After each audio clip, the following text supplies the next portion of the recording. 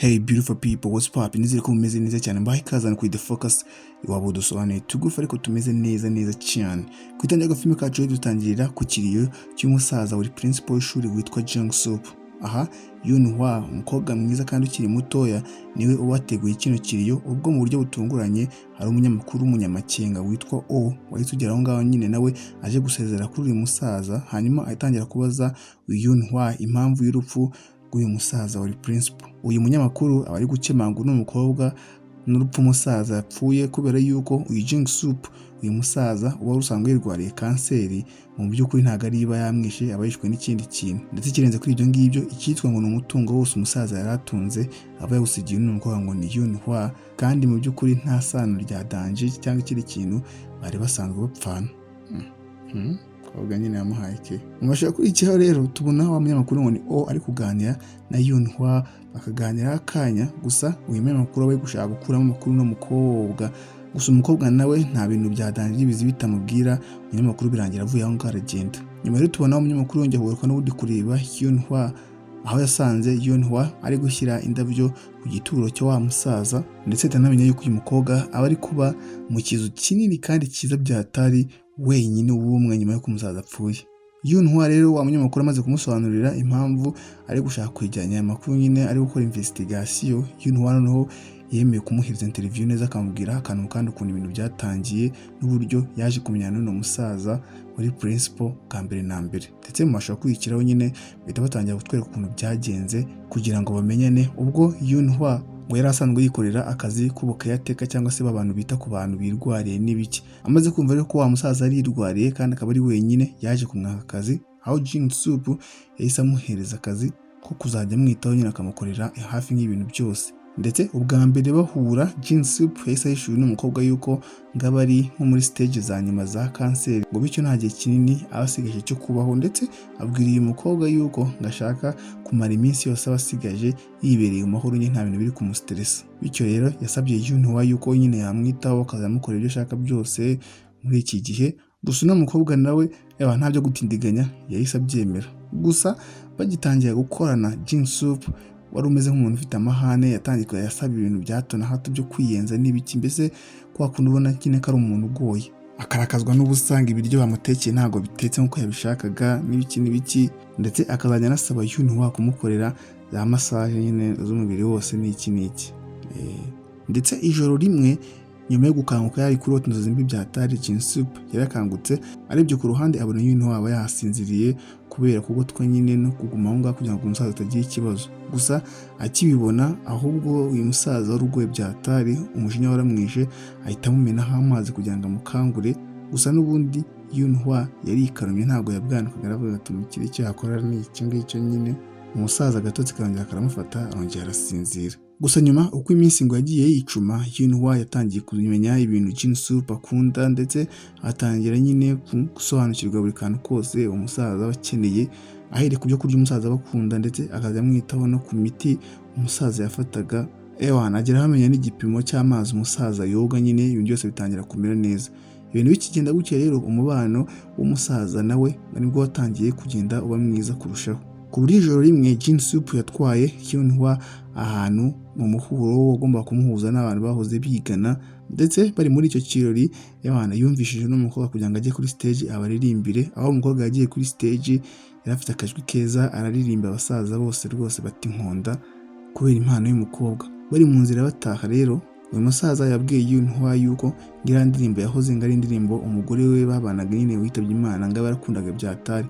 Ndetse abajije n'umukobwa uburyo ino ndirimbo yayimenye, Yunhwa nawe yahise avuga yuko ngo ahoze ari chérie we bakundanaga, nawe ngo iyo ndirimbo yakundaga kuyumva bya danje.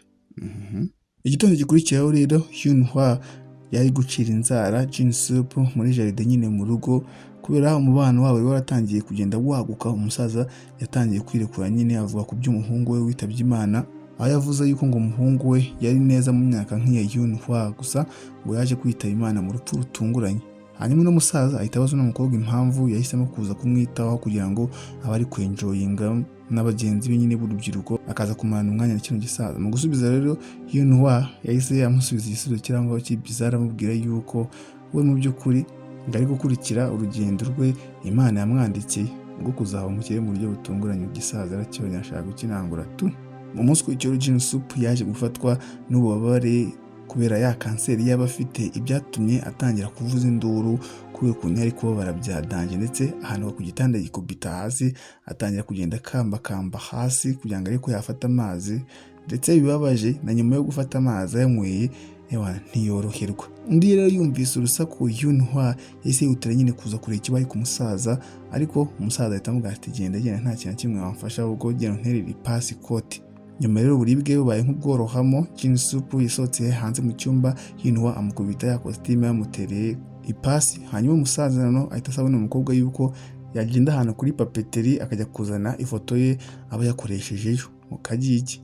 Gusa umukobwa ikintu aba atazi ni uko Jin Sup aba afite umugambi mubisha wo kwiyahura, ari nayo mpamvu bari kumwohereza nyine kugira ngo agende abone ukuntu abikora. Igihe rero Yunhwa yari agiye gufata ya foto, nawe nibwo yatekerejeho abitekerezaho uburyo umusaza mwirukanye ikitaraganya. Ako kanya ahita yumva ko byanze bikunze umusaza ashaka gukora ikintu cy'ubugoryi.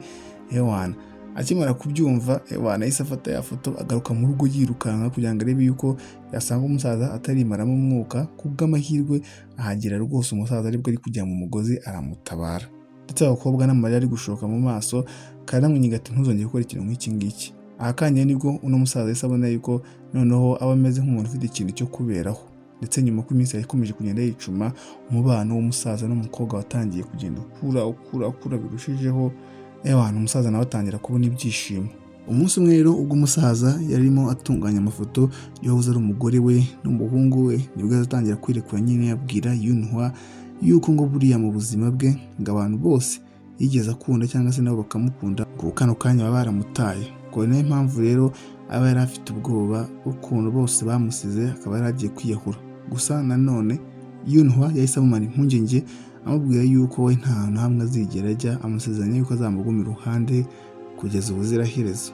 Kugira ngo rero anahindura ikiganiro umusaza areke ibintu bya stress, Yunhwa yahise atangira kubaza umusaza ibijyanye n'umuhungu we uri muri ayo mafoto, aho umusaza ndimo kumusubiza yahise atangira kuvuga nyine ko ari umuhungu, aho yavuze ko yari umuhungu wagiraga courage ufite impano byatari, gusa yaje gupfa mu buryo butunguranye atwawe n'impanuka yamubayeho apfa akiri muto cyane. Umunsi ukurikiyeho rero Yunhwa yaherekeje Jin Sup kwa muganga kugira ngo bajye gucekinga.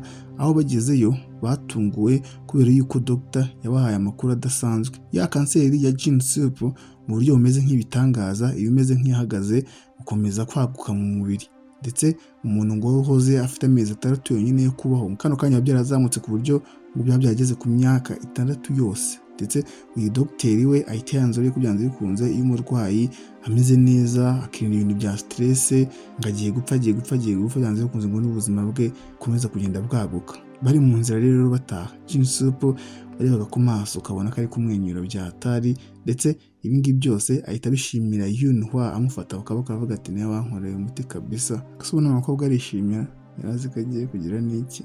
Mu gihe cy'iminsi yakurikiyeho rero umubano n'ubundi wa Jin Sup na Yunhwa wakomeje kugenda urushaho kugenda neza, aho batangiye kuzajya basohokana mu maresitora ahenze, ndetse kuri imwe muri resitora imwe bagiye gusangira, Yunhwa mu kinyabupfura yagiye inama umusaza cyo kutanywa inzoga nyinshi, amubwira yuko bishobora guteza ikibazo kuri bwa burwayi bwe. Gusa uyu musaza yari amaze kwisindira, yabwiye mu kagatewe mbwira ubusa, birangira n'ubundi anyweye amayoga menshi arasinda, ku buryo bageze mu rugo umusaza ashatse kwataka n'ikinga mukuru bwombo.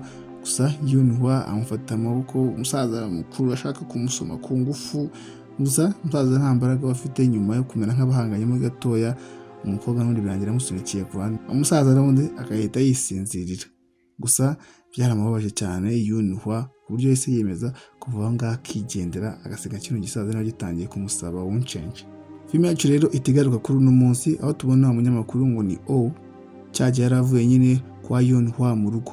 Umunsi ukurikiyeho rero yakomeje rya perereza rye, ari nabwo yaje kuvumbura yuko mbere yuko Yunhwa ahinduka caretaker cyangwa se abita kuri ba bantu birwariye bafite ibibazo, ngo ubundi aba yarahoze ari mu mansoza ahantu ku kabari. Arimo ashaka rero kumenya ukuri kw'ibintu byose ukuntu byagenze. Wa munyamakuru none yasubiye mu rugo kwa Yunhwa kujya kumuhata ibibazo nanone ku yindi nshuro, aho kino gihe yatangiye no kugendagenda mu nzu, aho yaje kugwa ku ifoto ibiriho umuntu abona wagira ngo arazi. Abajije rero Yunhwa ati uyu muntu ninde, umukobwa ese abisisibiranya ahubwo ahita amuhereza karibu ngo naze baze gusangira ibya nijoro.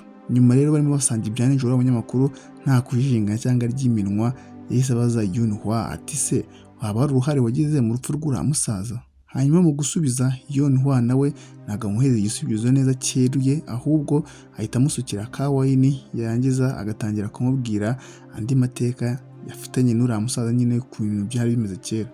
Ndetse filime yacu ikahita yongera igasubira inyuma nyine bakajya kutwereka icyo gihe ukuntu byari bimeze umunsi wa mukobwa nyine Yunhwa yari yakatiye umusaza igihe ashaka kumwaka n'iki. Gusa nyuma y'uriya munsi ibintu bimaze kuba umusaza yahise amera nk'umuntu ufashwe na depression, ndetse kubera iyo mpamvu yatangiye kongera gufata umukobwa nabi byatari. Ndetse ikirenze kuri ibyo ngibyo, ubuzima bwa Jin-sup wari umeze nk'uwatangiye koroherwa burongera butangira kumera nabi. Gusa nubwo yamufataga nabi gutya, Yunhwa we yakomeje kwita ku musaza, gusa noneho akita ku musaza mu buryo butandukanye. Atangira kwambara ubuntu bw'ubwenda bw'ubumini bwerekana nyine imyanya ye n'iki kugira ngo amere nk'uri kumukarangira akanyobwa. Ndetse atangira kuzajya amumasa inshuro nyinshi, akanashyira umutwe we ku bibero n'iki nyine umusaza akamera neza. Tugarutse kuri uno munsi rero, Yunhwa bitunguranye yahise arogoya ino nkuru n'ubundi ahita avuga ko agiye kumubwira ngo indi nkuru nayo idasanzwe iba yarabaye kera ngo ayibwire uno munyamakuru. Yahise akomeza abwira umunyamakuru ngo ubundi joro ahura n'uwahoze ari boyfriend we bwa mbere na mbere muri night club uyu mukobwa yari asanzwe akoramo, kuko uyu mukobwa yari umumansuzi. Icyo gihe ngo bari abatipe baje kwinywera ubona yuko bafite ibintu by'amarari n'iki. Gusa uriya wahoze ari ex boyfriend we yari atuje nyine ubona ko atandukanye n'abandi. Yunhwa rero ngo yabibonye abona umusore rwose afite imico myiza rwose iranamukurura, amera nk'utangiye kongera kumukunda. Ndetse nyuma kuri uwo munsi yagiye kujya gucyaterwa n'umutwe ajya hanze kwicara rero ngo abanze yumve n'akayaga aho mu buryo buhuriranye na wa mutipe nawe bari bahuye mbere. Yaje kuhagera araza aramubwira ati bimeze bite, amukubita utuntu tw'uduti two kugira ngo tumufashe umutwe nyine amere neza. Ndetse akimara kumuhereza utwo tunini two kumufasha, umukobwa yabonye ari umusore w'umwana mwiza, mbese atangira kuvuga ati ndabona ushimishije, ibintu nk'ibyo ngibyo nawe utandukanye n'uko usanzwe umeze. Ndetse umusore nawe akimara kumva yuko umukobwa yaguyemo nawe yahise amuporopoza bagiye gusangira, aho byaje kurangira nyine bagiye ahantu mu karesitora barasangira. Aho guhera aho ngaho umubano wabo wahise wongera uratangira, abantu batangira kuzajya bahura inshuro nyinshi. Tugarutse kuri uno munsi rero, wa munyamakuru ngo ni yaje kwisanga yaraye mu rugo rwa mukobwa Yunhwa nyuma yo kunywa wayini nyinshi ngo arumva inkuru. Gusa nyuma yaje gukanguka yumva Yunhwa ari kuririra muri douche. N'amatsiko rero yarabyutse ngo ajye kureba ikibazo umukobwa afite. Aho yamugezeho, Yunhwa ahita yirekura noneho atangira kumubwira amwe mu mateka mabi cyane barahuye nayo n'ubundi mu gihe cyahise, aho avuga yuko we ngo ari umwere mu by'ukuri nta ruhare na rimwe yigeze agira kugira ngo yicure musaza. Umunyamakuru yumvise agiriye impuhwe no mukobwa, mbese mu buryo bwo kumwihanganisha n'iki, ikintu kimwe kijyana ku kindi, imikino murabizi byara n'iki birangira n'abanyamakuru ahatwite nyine n'iki. Gusa bitunguranye mu gitondo wa munyamakuru yarakangutse asanga Yunhwa yagiye kare, arimo ashakashaka aho ngaho mu nzu. Rero nibwo yaje kugwa ku kinyamakuru kiba kirimo ukuri ku bijyanye na wa boyfriend cyangwa se wa mukunzi wa Yunhwa. Ndetse umunyamakuru atangiye kugisoma nibwo yaje kuvumbura yuko wa boyfriend wa Yunhwa mu by'ukuri gahoze ari nawe wa muhungu wa Jin-sup. Ndetse muri kino kinyamakuru bari no guhishura neza yuko uriya musore ngo atigeze azira impanuka, ahubwo ngo yiyahuye kubera ibibazo na toroma yari yifitiye mu mutwe. Umunyamakuru rero byaramucanze, ibintu amaze gusoma arangije ahita yiyemeza noneho gucukumbura byimbitse akamenya mu by'ukuri ukuntu ibintu byagenze. Acukumbuye rero nibwo yaje kugwa ku kuri kudasanzwe, kuko uriya mukobwa Yunhwa ngo yari amaze igihe akora bya bindi by'imiti cyangwa se dawa uhereza umuntu kugira ngo agukunde. Ndetse ngo ibyo ngibyo yakoraga by'imiti yakoraga mu bapfumu n'ibiki ngo yabiherezaga papa n'umuhungu we. Ndetse amashusho ahita akomeza batwereka n'ubundi kera mbere y'uko ibi ngibi bigera, aho tubona wa musaza Jin-sup arimo yiyogosha ubwanwa, ubona yuko ameze nk'umuntu uri kwitegura nyine ikintu kidasanzwe, afata n'impeta mu kiganza cye. Yahise agenda rero yinjira mu cyumba Yunhwa araramo, aho gake gake yamwambitse ya mpeta igihe yari asinziriye. Gusa igihe Yunhwa yakangukiye ya mpeta yahise ayanga, avuga ko bitakunda. umusaza arimo ashaka kwegukana n'umukobwa Jin-sup yatangiye gukora ibintu byose bibaho kugira ngo arebe yuko n'umukobwa yamwemerera, aho yamwemereye inzu ye, amwemerera umutungo we wose kugira ngo arebe yuko n'umukobwa yakemera bagashyingiranwa. Gusa uyu mukobwa byose arabyanga, avaho ngaho amusiga wenyine. Nyuma rero haciye iminsi myinshi nibwo Yunhwa yaje kugaruka mu rugo, ariko agaruka mu rugo afite guhora mu maso ye biri kugaragara, ndetse no muri kano kanya yahise ahishura ukuri tutari tuzi. Mu by'ukuri ngo abe yarahoze ari girlfriend wa mwana w'umuhungu w'uyu musaza waritabye Imana, ndetse Yunhwa ahita agaragaza ubundi intego ze nyamukuru, avuga yuko ngo abajanga kwihorera kubw'urupfu rwa boyfriend we. Kumbe urupfu rwahoze ari boyfriend we byose ruba rwaratewe na se wari umufitiye urwango, kuko akimara kumenya yuko umuhungu we yakundanaga n'umukobwa ukora mu kabari umeze nk'umumansuzi, nibwo yagiye ahereza akazi ibintu by'ibigabo arabizana muri ka kabari Yunhwa yakoragamo, arangije bitangira gufata ku ngufu imbere neza iyo wari boyfriend we nyine ari umuhungu we. Ibi bintu rero boyfriend yabonye byaramubabaje byatari, umushyiraho igikomere mu mutwe na trauma, ku buryo akimara gusohoka aho byari biri kubera ukuntu atari ameze neza mu mutwe, ngo yagiye akajya neza imbere y'imodoka ikahita imugonga nyine agapfa. Akimara kumva rero ukuntu ibintu byose byagenze, Jin-sup yahise yikubita hasi amera nk'umuntu ukubiswe n'inkuba, ari naho ku rundi ruhande Yunhwa nawe yahise yisubirira mu cyumba kibona yuko yishimiye ibyo amaze gukora. Umunsi ukurikiyeho rero Jin-sup yasabye Yunhwa yuko yamwoza, ariko igihe yari agiye mu kindi cyumba umusaza yahise agira gutya yikubita mu mugozi ariyahura, asigira n'umukobwa umutungo we wose arigendera. Umva byari no kwicira urubanza n'ibiki. Nyuma y'ibingibi rero tubona Yunhwa nawe yicaye neza hafi ahantu bategera gari ya moshi, nawe arimo yibaza niba agomba kwiyahura ibintu byose akabishyira ku musozo.